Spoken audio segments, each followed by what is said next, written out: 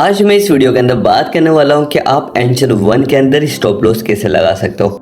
तो मैं जैसे ही बैक आता हूं और होम पे आता हूं तो जो भी आप शेयर बाय करते हो तो वो आपको यहाँ पे ऑर्डर्स में दिखाई देता है, ठीक है। और अगर एक दिन ज़्यादा हो जाता है तो वो आपको पोर्टफोलियो में दिखाई देता है। तो मैं यहाँ पे ऑर्डर्स में चला जाता हूँ नीचे की साइड और यहाँ पे मैंने 2 शेयर बाय किए हुए हैं। अब इस पर मैं स्टॉप लॉस लगाना चाहता हूँ। इस पे टैप किया और यहाँ पे मेरे को स्टॉप लॉस का ऑप्शन देखने को मिल गया है। अगर आप यहाँ से डायरेक्ट एग्जिट करते हो तो ये डायरेक्ट एग्जिट हो जाएगा। अगर आप स्टॉप लॉस लगाते हैं तो मैं बताता हूँ क्या करना पड़ता है।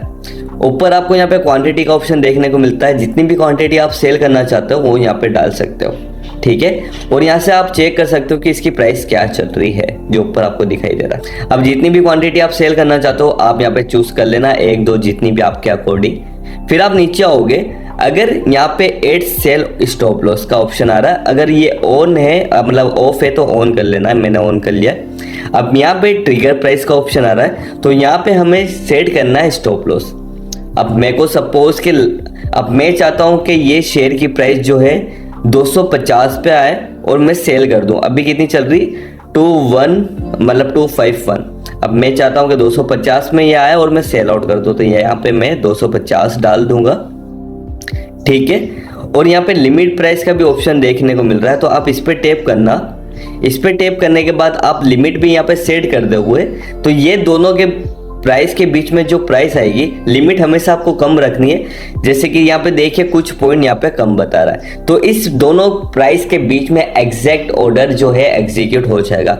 कभी क्या होता है कि आप लिमिट प्राइस सेट नहीं करते हो गए तो मार्केट अचानक नीचे जाता है। तो अगर आपने यहाँ पे 250 रुपये लगाए तो हो सकता है कि 249 पे भी ये सेल आउट हो चुका है, हो सकता है। मतलब अगर आप लिमिट प्राइस नहीं लगाता तो लिमिट भी आप सेट कर देना। कुछ रेशो कम रखना, कुछ मतलब 0.12% कम रखना आप, ठीक है। तो यहाँ पे मैंने सेट कर दिया और यहाँ पे प्लेस सेल ऑर्डर पे टैप करूंगा और कंफर्म करूंगा तो ये मेरा स्टॉप लॉस लग चुका है। अब स्टॉप लॉस लगने के बाद देखिए, जैसे आप स्टॉप लॉस लगाओगे तो ये यहाँ पे पेंडिंग में दिखाई देगा। पेंडिंग में इसीलिए क्योंकि ये प्राइस नहीं आई है जो हमने लगाई है। अगर ये प्राइस आती है तो ये यहाँ पे एग्जीक्यूट में दिखाई देगा, ठीक है। ये एग्जीक्यूट का ऑप्शन आ रहा है, ये दिखाई देगा।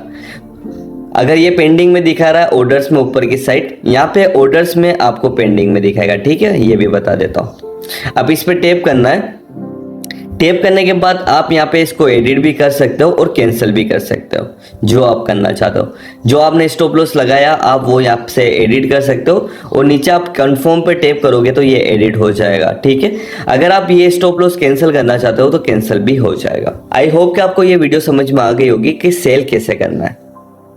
Thank you for watching this video. अगर कोई भी डाउट हो तो नीचे कमेंट करना, मैं आपको जरूर रिप्लाई करूंगा।